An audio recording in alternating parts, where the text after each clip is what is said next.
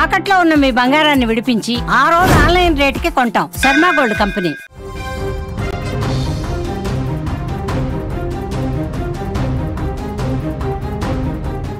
వరుస బస్సు ప్రమాదాలు తీవ్ర ఆందోళనకు గురి చేస్తున్నాయి. రోజు ఏదో ఒక ప్రాంతంలో బస్సు ప్రమాదం అనేటువంటి ఒక వార్త అయితే వినపడుతుంది.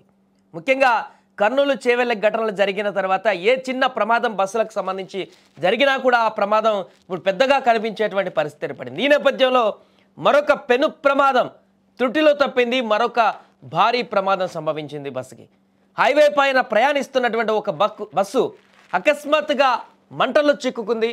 డ్రైవర్ అప్రమత్తతతో బస్సులో ఉన్నటువంటి దాదాపు 40 మంది ప్రయాణికులు సురక్షితంగా బయటపడగలిగారు. కొద్ది రోజుల క్రితం కర్నూలు జిల్లాలో జరిగినటువంటి ప్రైవేటు బస్సు పూర్తిగా తగలబడి దాదాపు 20 మందికి పైగా అమాయకులు ప్రాణాలు కోల్పోయినటువంటి పరిస్థితి మనందరికీ తెలిసింది. ఆ విషాదం మరవకముందే మరలా అలాంటి ప్రమాదమే చోటు చేసుకుంది తాజాగా. ఈసారి మాత్రం అదృష్టం బాగుంది, ఎవరికి ఏం కాలేదు. అందరూ ప్రయాణికులందరూ కూడా ఊపిరి పీల్చుకున్నారు. ఇది జరిగింది హైదరాబాద్ విజయవాడ నేషనల్ హైవే పైన. నేషనల్ హైవే 65 పైన ఈ యొక్క ఘటన జరిగింది. విహారీ ట్రావెల్స్కు చెందినటువంటి ఒక బస్సు 40 మంది ప్రయాణికులతో బయలుదేరింది. ఈ బస్సు చిట్యాల మండలం పరిధిలోని పిట్టంపల్లి సమీపంకి చేరుకోగానే లోపల మంటలు ఒక్కసారిగా చెలరేగాయి. ఆ బస్సులో ఆ మంటలను చూసిన డ్రైవర్ వెంటనే అప్రమత్తమయ్యాడు. బస్సును రోడ్డు పక్కకు ఆపి లోపల ఉన్న ప్రయాణికులందరినీ కూడా అలర్ట్ చేశాడు. దీంతో బస్సులో ఉన్న వారంతా కూడా అద్దాలు పగలగొట్టుకొని బయటపడ్డారు. కొన్ని క్షణాల్లోనే మంటలు పూర్తిగా బస్సు అంతా వ్యాపించాయి. బస్సు మొత్తం పూర్తిగా కాలి బూడిదైపోయింది. అక్కడ చూస్తుండగానే మొత్తం దగ్ధమైపోయినటువంటి పరిస్థితి ఏర్పడింది.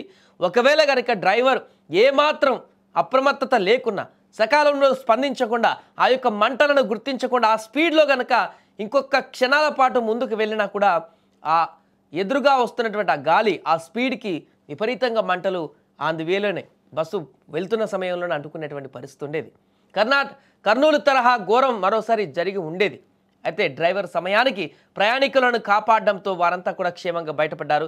ఈ సమాచారం అందినటువంటి వెంటనే ఫైర్ సిబ్బంది కూడా అక్కడికి ఉటావుటిన చేరుకొని మంటలను అదుపులోకి తీసుకువచ్చారు. ఇక బస్సులో మంటలు ఎలా చెలరేగాయి అనే దానిపైన కూడా ఇంకా పూర్తి వివరాలు తెలియాల్సి ఉంది.